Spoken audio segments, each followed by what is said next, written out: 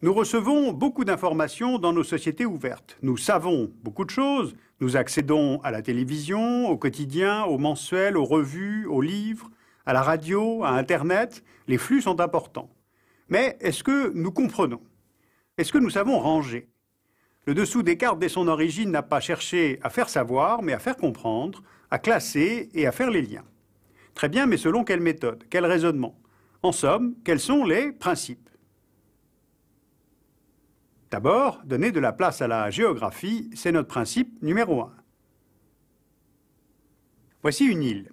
Elle s'appelle Diego Garcia, elle est sous souveraineté britannique, et sur cette île, il y a une base militaire que Londres loue depuis 1966 aux États-Unis. Si on change d'échelle, on voit que cette île est dans l'océan Indien, ce qui place avions et navires américains à équidistance entre le continent africain à l'ouest, l'Asie du Sud-Est et l'Afghanistan et l'Irak au nord. Une troisième échelle de carte nous indique son importance dans le dispositif militaire global américain. Diego Garcia a servi en 1991 dans la guerre du Golfe, en 1992 en Somalie, en 2001 pour l'Afghanistan, en 2003 dans la guerre contre l'Irak. La carte se révèle donc être un bon instrument pour exprimer la relation à l'espace. Mais qu'en est-il du temps? L'histoire, c'est évidemment le principe numéro 2. Seule l'histoire peut donner du sens aux événements en les replaçant dans la durée. Par exemple, elle nous aide à interpréter l'éclatement de la Yougoslavie, où ne se déclenchent pas des guerres civiles, comme on nous le dit trop facilement en 1992. Non, l'histoire nous apprend au contraire que la frontière entre la Bosnie et la Croatie est la même que celle qui a servi pendant 300 ans de ligne de front entre l'Empire ottoman et l'Empire austro-hongrois.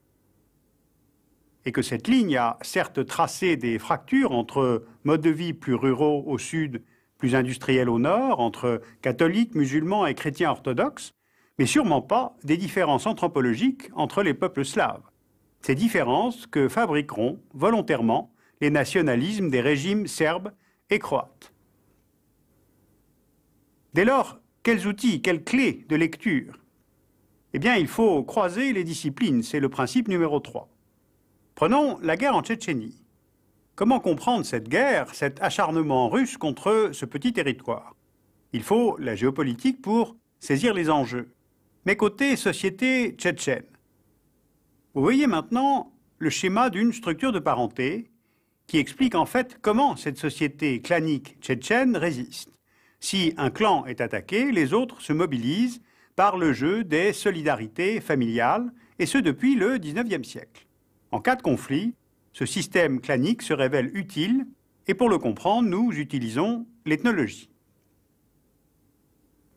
Faire les liens, voilà qui pourrait former le 4e principe. Nous voilà maintenant au nord du Canada, où l'on peut procéder à la corrélation entre plusieurs éléments. Le sous-sol de l'Arctique canadien est assez peu exploré, or on assiste à une intensification des recherches. On remarque aussi un contentieux entre le Canada et les États-Unis sur le statut des eaux côtières.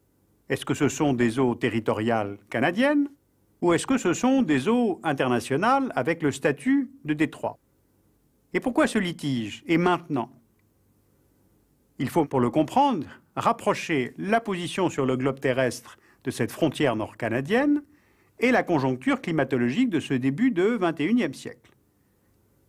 Car la banquise arctique bloque le passage du nord-ouest. Or, depuis la fin de la décennie 90, cette banquise diminue en épaisseur, en superficie et en durée de présence. Dans le secteur canadien, elle devrait ni plus ni moins disparaître d'ici 2016, et une telle fonte des glaces aurait 2 conséquences. L'accès aux mines, que j'ai évoqué tout à l'heure, et l'ouverture du passage du nord-ouest. Libéré des glaces, il va pouvoir être utilisé par les cargos, ce qui, à l'échelle mondiale, peut permettre rien moins que l'ouverture d'une nouvelle route maritime internationale, et la plus courte, entre Europe, Amérique et Asie. Alors on voit bien, là, l'utilité de faire les liens entre questions de souveraineté, géologie, climat, transport, environnement et pollution. C'est bien en faisant les liens que l'on peut faire un petit peu de prospective.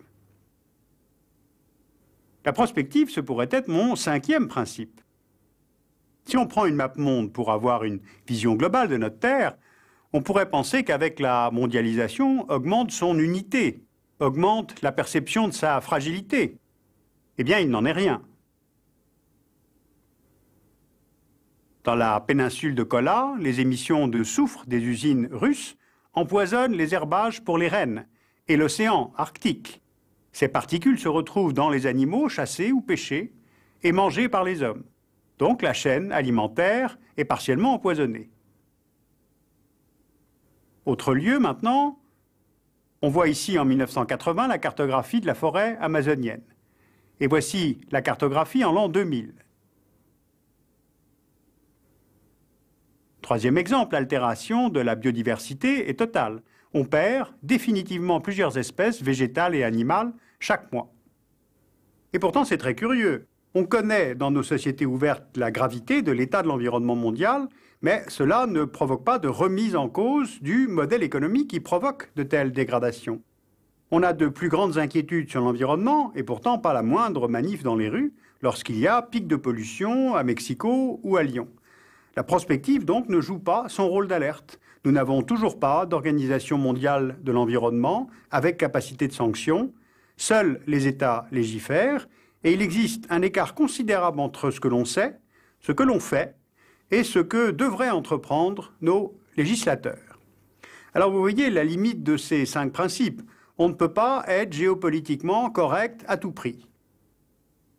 Car on peut tout de même réagir sur l'environnement, sur la Tchétchénie, ou sur le fait que, pendant 10 ans par exemple, avec les guerres en Bosnie et au Kosovo, avec le 4e génocide du siècle au Rwanda, on assiste au retour de la pire des idées, celle de la pureté ethnique. Elle s'inscrit dans la remontée régulière de la légitimation de la notion de race. Et l'on retrouve cette maladie, toute fabriquée politiquement, avec l'apparition de la notion d'ivoirité en Côte d'Ivoire. L'ennemi ne serait donc plus celui qui a d'autres idées que moi, l'ennemi ce serait l'autre lui-même. Eh bien c'est ce qu'il y a de pire. On le voit avec le retour du racisme, de l'antisémitisme. Or évidemment notre richesse réside dans la différence, certainement pas dans la similitude.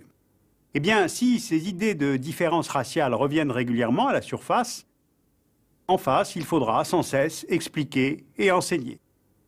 Jamais l'information n'a été aussi accessible et les clivages identitaires religieux, ethniques se creusent pourtant. Nous sommes informés et en même temps nous refusons la complexité. À cet égard, le 11 septembre et ses suites n'ont fait que renforcer la thèse du soi-disant choc des civilisations. On voit ici la carte des civilisations décrite par le professeur américain Samuel Huntington, amenés, selon lui, à entrer en guerre les unes contre les autres. Or, cette thèse est politiquement fausse, sauf que le faux devient le vrai, puisque tout le monde y croit. Nous voilà face à un nouvel emballement idéologique. La machine est en marche, alimentée par les attentats d'Al-Qaïda d'un côté. On voit ici la localisation des attentats attribués à Al-Qaïda aux États-Unis, en Tunisie, en Indonésie, au Maroc, en Espagne. Et la guerre américaine en Irak de l'autre, elle devait lutter contre le terrorisme, elle fabrique en fait des centaines de nouveaux Ben Laden. Alors attention aux écarts entre réalité, perception, amalgame. Voilà maintenant un contre-exemple de carte de ce qu'il ne faut pas faire. La carte indéfiniment répétée sur le monde musulman, toujours en vert, comme unifié, et parfois même présentée comme un croissant islamique que vous voyez là, qui sont des visions simplistes, trop souvent transmises par nos journaux. Non, cette unité est fausse. Pour décrire ce monde musulman, une carte plus subtile est nécessaire, indiquant les diverses écoles de pensée, sunnites, chiites, parsemées d'autres religions, coptes, chrétiens, communautés juives, montrant ces zones désertiques d'où sont parfois absents les habitants eux-mêmes. C'est le poids de la géographie et celui de la spécificité des peuples. Alors comment faire? Travailler avec quels outils? Quelles sont nos sources?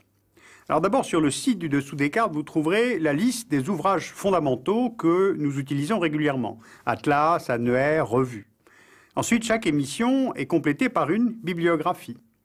Les archives du dessous des cartes sont sur le site Et des émissions, regroupées thématiquement, sont éditées 2 fois par an en DVD. Voilà, ces quelques règles de travail ne seraient pas audibles sans raisonnement, sans pédagogie, sans être portées par un gros travail de recherche et d'écriture des auteurs de ces textes et par la mise en carte des réalisateurs et des graphistes. La carte, c'est une mise en forme, et la forme, c'est l'expression de la pensée. Le dessous des cartes est un exercice de questionnement, cherchant à ouvrir des pistes, à défricher, voulant ouvrir l'appétit, la curiosité, en pratiquant le goût d'enseigner et bien sûr celui d'apprendre, ce qui est après tout une autre manière de faire de la politique.